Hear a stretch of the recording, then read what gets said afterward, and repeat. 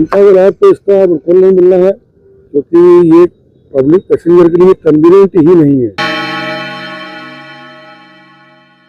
और वो घास अभी भी जुड़ी हुई है। अगर इस तरीके का विकास अगर आप 77 करोड़ रुपए में करते हैं तो मेरे समय फायदे व्यर्थ होगा, जनता का इसको कोई लाभ मिलने वाला नहीं है। वहीं पर आप 1200 रुपये पर गाड़ी ले रहे हो तो उसी को बेहतर कर देते, उसी की सुविधाएं अच्छी बना देते। 400 बसें चलती हैं, 1200 गाड़ी पर गाड़ी लेते हैं, कितना पैसा इकट्ठा होता है आपके पास? क्यों नहीं करना चाहते आप उस चीज को? पता है कि पहले अंडा आया कि मुर्गी आई? इसका जवाब तो मेरे हिसाब से विश्व के अंदर किसी के पास तो वही प्रश्न बदल गया है अब कि आप जिस कस्बे में रहते थे आजू बाजू के भिंड मुरैना में, तो वहाँ पहले बस चलती हुई देखी थी कि पहले बस स्टैंड बन गया था? नहीं। पहले मुर्गी आई या अंडा, ये एक यक्ष प्रश्न बचपन से आपको भ्रमित करता आया है, लेकिन अब एक इससे भी बड़ा प्रश्न ग्वालियर में आपके सामने खड़ा है जिसका नाम है ISBT। और ये प्रश्न अब थोड़ा बदल जाएगा, क्योंकि अब प्रश्न आपसे पूछा जाएगा कि पहले बस आई या बस अड्डा। क्योंकि आप जिस कस्बे में रहे होंगे, आप जिस शहर में रहे होंगे, वहां पहले आपने बस का संचालन होते देखा होगा और फिर उस बस को खड़ी करने के लिए और यात्रियों की सुविधा के लिए वहां बस स्टैंड बनाए गए होंगे। आप यहाँ देख सकते हैं कि आज यहाँ लिखा हुआ है प्रगति की ओर अग्रसर मध्य प्रदेश। और किस तरह की प्रगति की ओर अग्रसर है, किस तरह की भ्रमित करने वाली प्रगति है, उसका एक बड़ा उदाहरण आपके सामने है। क्योंकि यहाँ आप देख रहे हैं, मैं कैमरामैन से कहूंगा दिखाएं ये भव्य इमारत जिसकी वाहवाही आज यहाँ बड़े बड़े जनप्रतिनिधि आके करेंगे, प्रदेश के मुख्यमंत्री भी आएंगे, क्योंकि यहाँ पर आज इसका लोकार्पण होना है। लेकिन जिस ISBT का इंटर स्टेट बस टर्मिनस का उद्घाटन होना है, वहां से अभी तक एक भी बस का संचालन नहीं हुआ है और आगे आने वाले समय में भी यहाँ से किसी बस का संचालन आगे 6-8 महीने तक भी होगा, इसकी उम्मीद कम है। मैं आपको बता दूं कि इस तरह के निर्माण जिसका जनता को भी कोई लाभ नहीं मिलने वाला है। हमारे साथ एक बस ऑपरेटर जादौन साहब खड़े हुए हैं। जादौन साहब, किस तरह की आधी अधूरी तैयारी है? शहर से इतने दूर बनाया गया है, बसें चलनी नहीं है, करोड़ों रुपया खर्च हो गया, क्या जनता को लाभ दे पाएगा? कब दे पाएगा? कैसे दे पाएगा? जनता को लाभ तो इसका बिल्कुल नहीं मिल रहा है, क्योंकि ये पब्लिक पैसेंजर के लिए कन्वीनियंट ही नहीं है। कन्वीनियंट में जो व्यक्ति रेलवे स्टेशन से उतर के बस पकड़ने के लिए 200-400 रुपये 200 रुपये खर्च करके तब बस पकड़ने आएगा, उतने में तो वैसे ही उसका तो किराया ही डबल हो गया, 3 गुना किराया लगेगा, तो कन्वीनियंस कहाँ रहा? तो ये तो कोई भी चीज़ पहले सोच समझ के उन्होंने इसका निर्माण नहीं किया है। अगर सोच समझ के पब्लिक ओपिनियन लेके या बस ऑपरेटर का ओपिनियन लेके अगर करते तो उनको सजेस्ट किया जाता, तो सूटेबल जो प्लेस होता उस पर वो उनको कहा जाता कि यहाँ बनाइए, जो कि हर एक के लिए कन्वीनियंट रहता। ये एक बहुत बड़ा मुद्दा जादौन साहब ने उठा दिया है कि ये कन्वीनियंट पब्लिक के लिए नहीं है, क्योंकि शहर से दूर है, बस स्टैंड जो बना हुआ है रेलवे स्टेशन से दूर है। रेलवे स्टेशन पर आके कोई यात्री उतरता है और उसको यहाँ से भी आजू बाजू के शहर में जाना होता है, तो वो रेलवे स्टेशन से यहाँ इतनी दूर आएगा तो स्वाभाविक है कि उसको ऑटो का और भाड़ा भी लगेगा और समय भी बर्बाद होगा। इसके अलावा आप ये बताएं कि इनके पास बसेस तो है ही नहीं, शहर में बस चलाने का इनका कोई रूट प्लान तैयार हुआ नहीं है, तो किस तरह की आधी अधूरी तैयारी है? आधी अधूरी तैयारी सिटी बस इनके पास है नहीं, और जो मेन जो बसेस चल रही है, जो रूट पर चलती हैं, उनको यहाँ लाने की कोशिश, ये तो पैसेंजर के लिए इनकन्वीनियंस ही है। ये उनका पैसा लुटवाने के लिए ही ये व्यवस्था है, तो ये तो इसका कोई औचित्य नहीं है अभी यहाँ इसका उद्घाटन करके यहाँ चालू करने का। और मैं अंदर थोड़ा देखा भी था इसको अभी अंदर जाके, तो मुझे ऐसा लगता नहीं है कि कोई उचित पैसेंजर की आर्गुमेंट है यहाँ। तो पंखे लगाने से पंखे तो वहाँ भी लगे हैं, जब वहीं पर आप 1200 रुपये पर गाड़ी ले रहे हो तो उसी को बेहतर कर देते, उसी की सुविधाएं अच्छी बना देते। 400 बसें चलती हैं, 1200 गाड़ी पर गाड़ी लेते हैं, कितना पैसा इकट्ठा होता है आपके पास? क्यों नहीं करना चाहते आप उस चीज़ को? वहीं कर देते। और अभी भी हमको एक मीटिंग हुआ था, बुलाया था, उसमें अभी क्लियर नहीं किया है कि कौन सी बस कहाँ जाएंगी। तो जो मुरैना की ओर या भिंड की ओर जो जाने वाली है बसें, उनको तो कह रहे हैं कि हम उनको जल्दी जल्दी शिफ्ट करेंगे।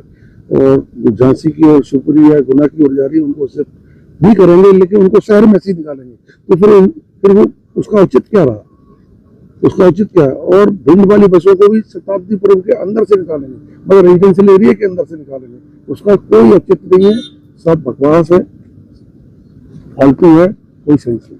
सब फालतू है, बकवास है। अच्छा, आप बता रहे हैं कि अंदर आपने भ्रमण किया है और यात्रियों के लिए मूलभूत सुविधाएं तक नहीं है, जबकि बड़ी बड़े दावे किए जा रहे हैं कि यहाँ पर तो एयरपोर्ट जैसी सुविधाएं दी जाएंगी, लेकिन एक बस ऑपरेटर का इतना बड़ा आरोप कि अंदर तो मूलभूत सुविधाएं भी यात्रियों के लिए नहीं है। किस तरह की सुविधाएं हैं जो यहाँ पर महरूम है? मैं अभी अंदर देख रहा था उसको जाके अंदर, तो अंदर देखे टॉयलेट है, टॉयलेट वही जैसे सरकारी टॉयलेट लगते हैं, लीक हो रहे हैं, पानी फैल रहा है अंदर। अब उन चीजों को तो क्या किसी को दिखाया नहीं जाएगा? नया निर्माण है। हाँ, किसी को दिखाया नहीं जाएगा। अब जब आज ही वो लीक हो रहा है तो कल आने वाले समय में तो उसको कोई मेंटेन करेगा ही नहीं, वो तो वैसे की वैसे हो जाएगा। अभी अंदर यात्रियों को बैठने के लिए चेयर पड़ी तो है, एक साइड रखी हुई है, अभी लगी कहीं नहीं, लगी कहीं दिख रही नहीं। बड़े बड़े पंखे टंगे, बड़े बड़े पंखे भी लगे हुए हैं। तो देखिए मतलब कंगूरे बहुत खूबसूरत है, लेकिन जमीनी हकीकत अलग है। अबू जी इधर आए, मैं क्योंकि एक जनसेवा में हमेशा अबू जी लगे रहते हैं। ये इतनी भव्य खूबसूरत इमारत जनता को क्या सुविधा देने वाली है?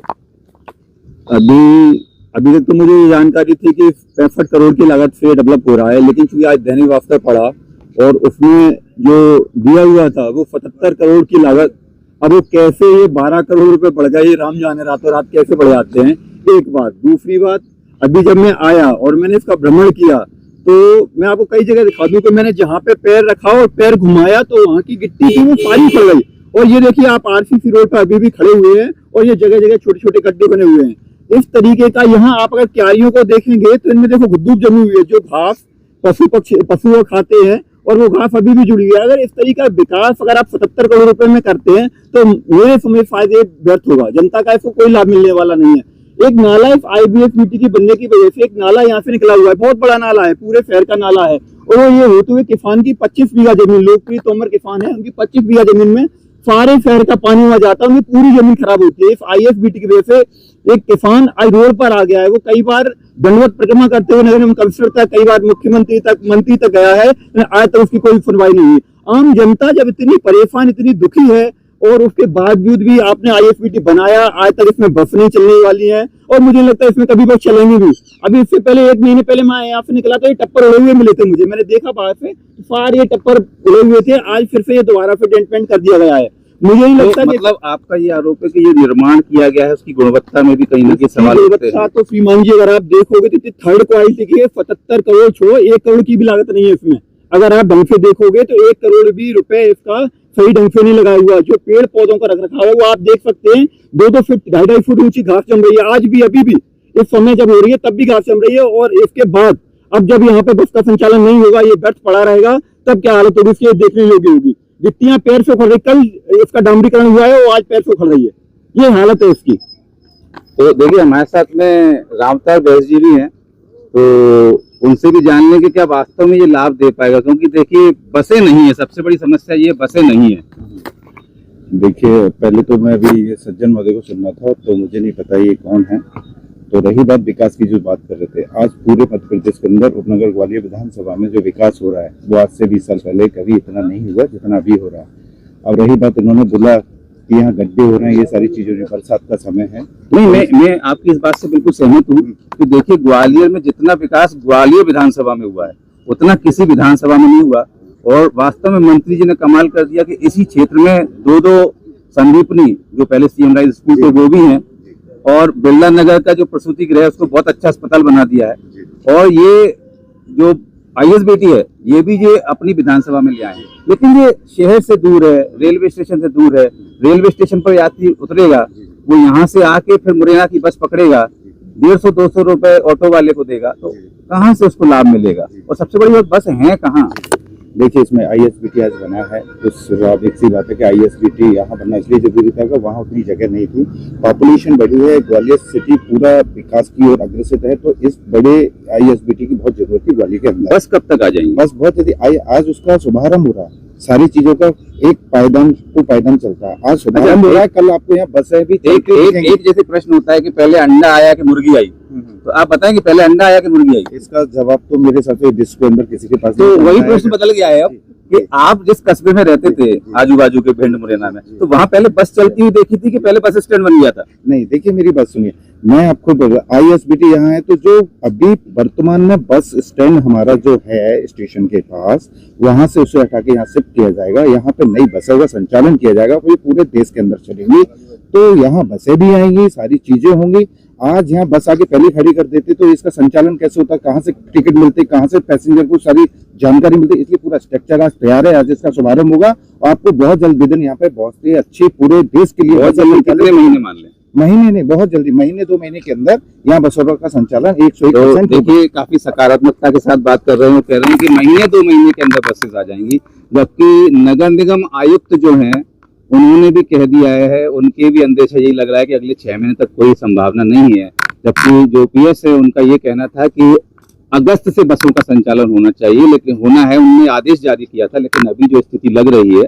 और बाकी देखिए ये खूबसूरत सी बिल्डिंग तो बन चुकी है और सुविधाओं में किस तरीके से अंदर है, क्योंकि मैं आपको बता दूं कि पिछले साल बारिश का मौसम था, उसके विजुअल्स मैंने बनाए थे और अंदर यहाँ झरने बह रहे थे इसी बिल्डिंग में। अब ये बिल्डिंग कितनी मजबूत है, क्या कमी है, यहीं के शायद कोई कर्मचारी है, इनसे जानेंगे। किसी में हैं आप? मैं तो एक्स सर्विसमैन हूँ। एक्स सर्विसमैन है, अच्छा, रिटायर्ड है, देखने आए हैं इसको? देखने आए हैं। तो क्या लग रहा है शहर से इतने दूर?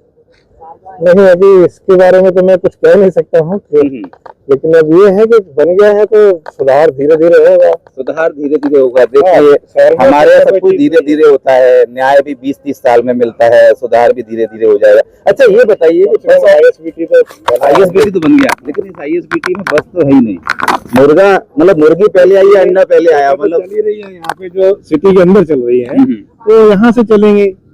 तो बस सरकार की बस ऑपरेटर्स तो नाराज है कि इतनी दूर दे दिया, बस ऑपरेटर्स की बसेस वहां से चलती हैं। उनकी समस्या है, हम तो आम नागरिक हैं, तो वैसे देखने के लिए आए हैं, मिलने के लिए आए हैं। बना खूबसूरत है।